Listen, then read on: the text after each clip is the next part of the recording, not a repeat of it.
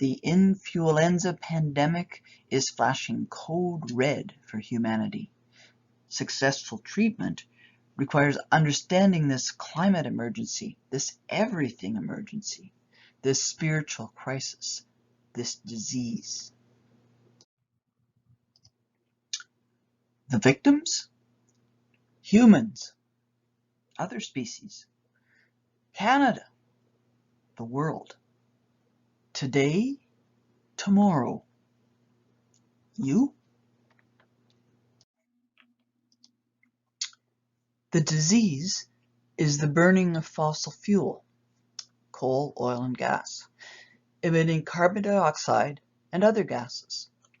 Currently, Asia and United States emit the most, though much of China's emissions are from making products for North America and Europe. But emissions accumulate, and total area under the graph indicates InFUELenza origins. Europe, including the EU, and United States have burnt the most fossil fuel over time. The main symptom is worsening fever. The rising global average temperature trend matches the carbon dioxide trend. We're already 3/4 of the way to the 1.5 degree rise threshold, beyond which the disease becomes devastating. That's why 1.5 degrees is the Paris Agreement target. The complex global climate inflicts a wide range of fever locally. The Arctic is suffering the highest rise from normal.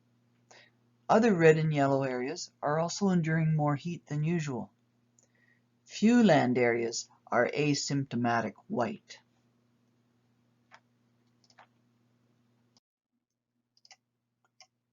Fever disrupts the whole climate metabolism, already unleashing cascading effects. Severe flooding, parching droughts, terrifying wildfires, which accelerate the pandemic by emitting extra carbon. Arctic melting, which also worsens the fever since dark water absorbs more sunlight and heat than reflective white ice does. Ocean rise, disrupting communities, and the spread of serious diseases.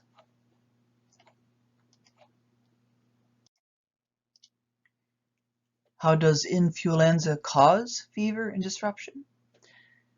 Natural levels of carbon dioxide and other greenhouse gases trap some of the sun's heat, making Earth a Goldilocks planet. Not too hot, not too cold, just right for life. All life evolved to fit the range between 150 and 300 parts per million carbon dioxide that existed for hundreds of thousands of years. But the Industrial Revolution's burning of fossil fuels, the remains of plants and animals from millions of years ago, has sent concentrations of carbon dioxide skyrocketing far beyond natural levels.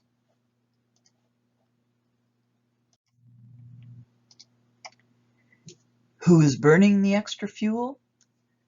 The world's richest people.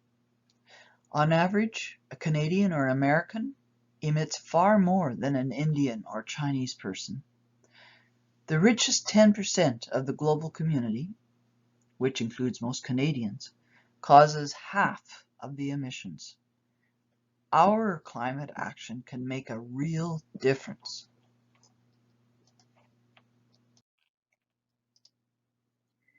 If we continue riding this InFUELenza wave, what is the prognosis? With no policies, the pink graph, humanity is doomed. With Glasgow pledges, we are around the yellow line, still distressingly over the 1.5 degree threshold.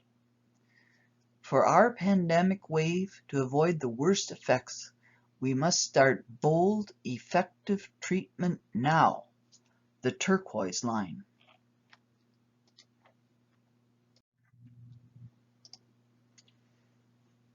What would the main prognoses look like? Today's policies lead to widespread human misery, decimated biodiversity, choking air pollution, brutal storms and heat, hunger, disease, crashing stock markets, mass migrations, and death. Or the turquoise line, to make massive transformations to slash emissions, rapidly phase out fossil fuels, overhaul agriculture, and reforest extensively, could bring fresh air, green cities with streets blooming with urban agriculture, high-speed trains instead of cars and planes, 50% tree cover, more affordable, comfortable, convenient lives, stable, good jobs, a global south leapfrogging to renewable energy and appropriate development, stronger, healthier communities, huge health cost savings paying for much of the transformation, decreased tensions and increased collaboration. Project Drawdown experts estimate the global effort to reach net zero, to emissions produced, balanced by those removed by plants, could save over $74 trillion by 2050. What an opportunity for our generation, for Canada to lead, leveraging our ingenuity, experience, and resources. We have the solutions.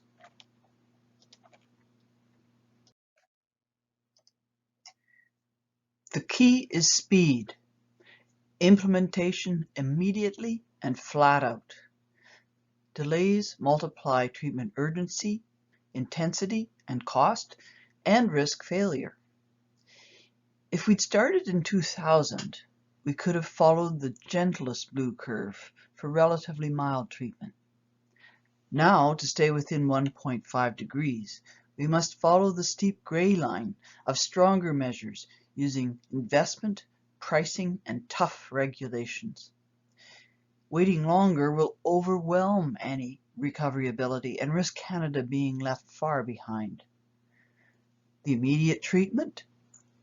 Phase out oil sands starting immediately, ensuring support for workers.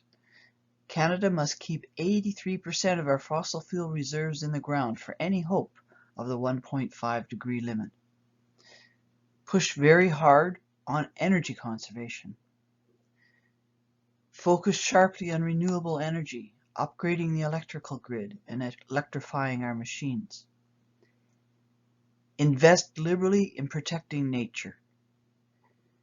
Greatly expand assistance to the Global South, the main and largely innocent victims of the InFUELenza pandemic, and to whom we owe an immense ecological debt. And because we delayed so long, we must invest in adaptation, infrastructure improvements to deal with built-in impacts, as BC has learned.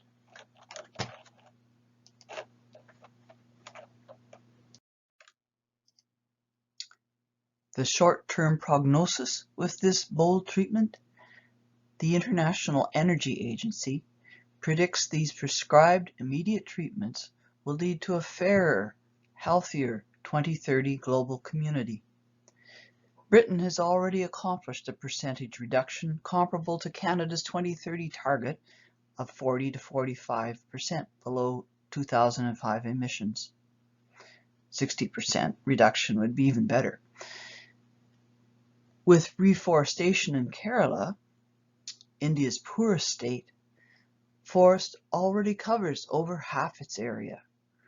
Real action is doable.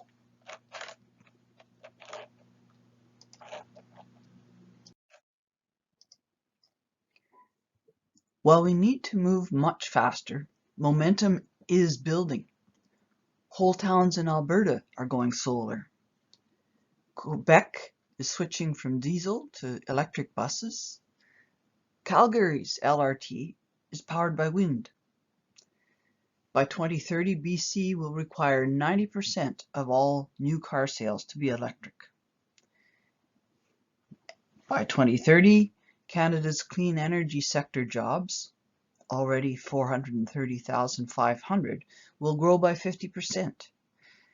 Alberta will see the most clean energy job growth of any province.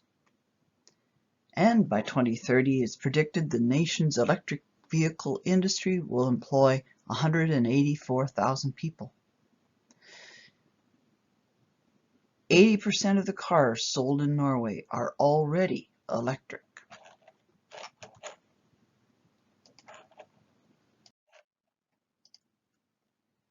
Households can act while also urging society-wide treatment. Less beef, fewer flights, and switching to an electric car and home heat pump would together halve the average Ontarian footprint. Join an advocacy group.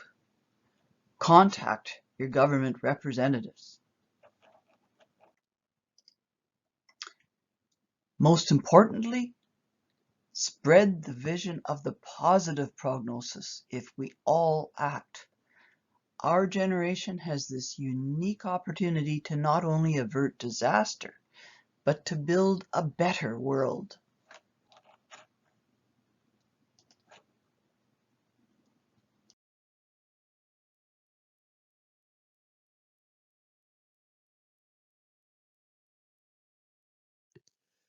We come now to the second part of our presentation. Influenza isn't just a science issue requiring strategies to reduce the burning of fossil fuels. It is also a spiritual issue. Our very relationship with nature and the environment also needs to be healed. Pope Francis, in his papal letter Laudato Si on the climate emergency, draws on the voice of St. Francis of Assisi, who saw all of life as connected. St. Francis of Assisi reminds us that our common home is like a sister. This sister now cries out because of the harm we have inflicted on her by our irresponsible use and abuse of the goods with which God has endowed her. We have come to see ourselves as her lords and masters, entitled to plunder her at will. Notice the violence against the feminine, against Mother Earth. Let's take a look now at a few of those imperiled relationships and some ideas for healing. First, we name the disease of dominion. Many environmentalists have pointed out that the Christian creation story gives humans license to exploit. The Bible says, "Let them have dominion," that is, human beings, "fill the earth and subdue it, and have dominion over all the creatures." This Genesis story has been interpreted as setting a hierarchy with God separate and outside of creation, and humans at the top of the pyramid of life. Creation then simply becomes a bunch of natural resources to be exploited. Nature is seen as a machine for us to manipulate rather than an interconnected web of life to be honored. Sadly, many Christians see this earth as fallen, and that our true home is not here at all, but in heaven, and that caring for our planet is of a minor concern. To counter the disease of dominion, we have the vision and the prayer of Jesus that they may be one. It is a prayer for the healing of relationships, human as well as non-human, because we are part of a web of relationships. If we view God not only as above creation, but also in and through all creation, the whole world is sacred. It is a part of the very body of God. This is the view of many native-based spiritualities, and we need to humbly learn from them. We come now to the disease of colonialism and imperialism. Canadians this summer were brought face to face with the terrible truth of the Indian residential school system that took Indigenous children against their will with the purpose of killing the Indian in them, nothing short of cultural genocide. The discovery of unmarked mass graves of hundreds of these children brought us face to face with the violence of our colonial past.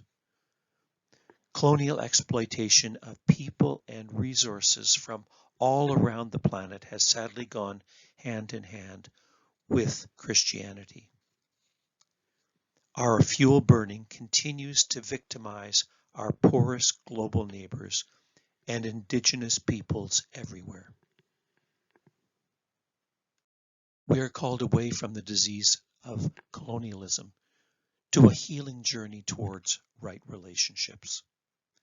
At the center of it is the call that we will love our neighbor as we love ourselves. That means listening to all our relations, being in relationship not only with two-legged but also four-legged and multi-legged creatures, as our Indigenous brothers and sisters teach us. It means hearing and responding to those neighbors, especially in the global south, who are most affected by the climate emergency.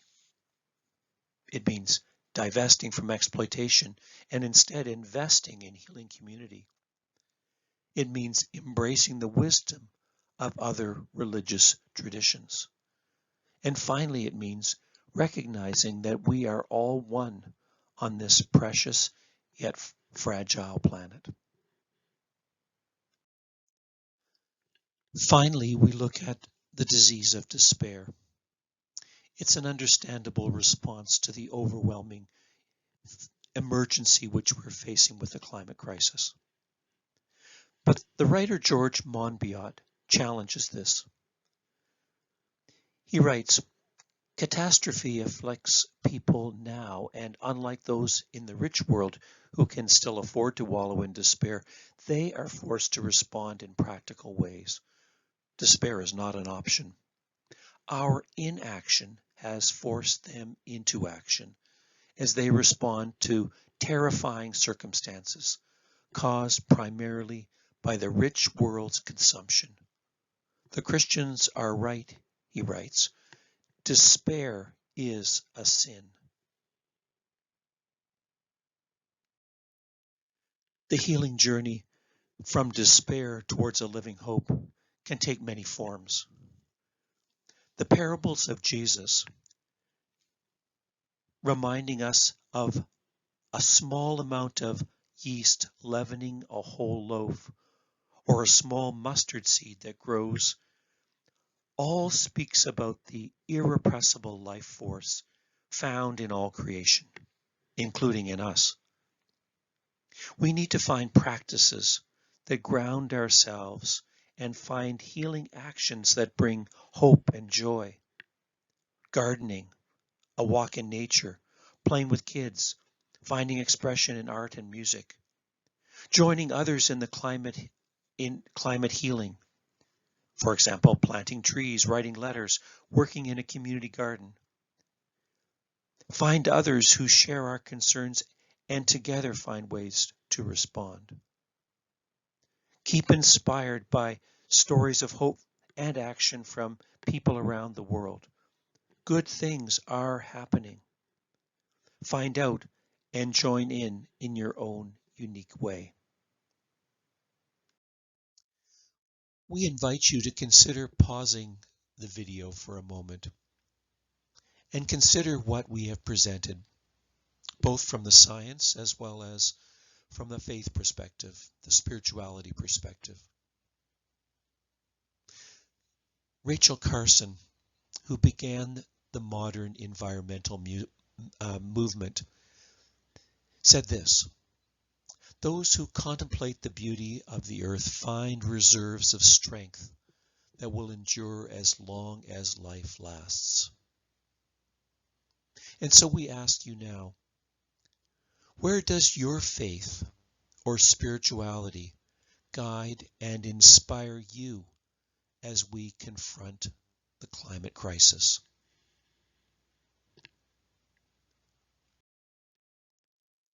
In 2018, a young teenager named Greta Thunberg, who felt the illness of Mother Earth and the crisis of the climate acutely, sat down outside the Swedish parliament to protest the inaction of governments and leaders.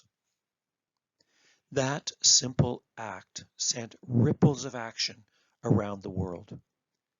You never know where one simple act of protest and healing will lead.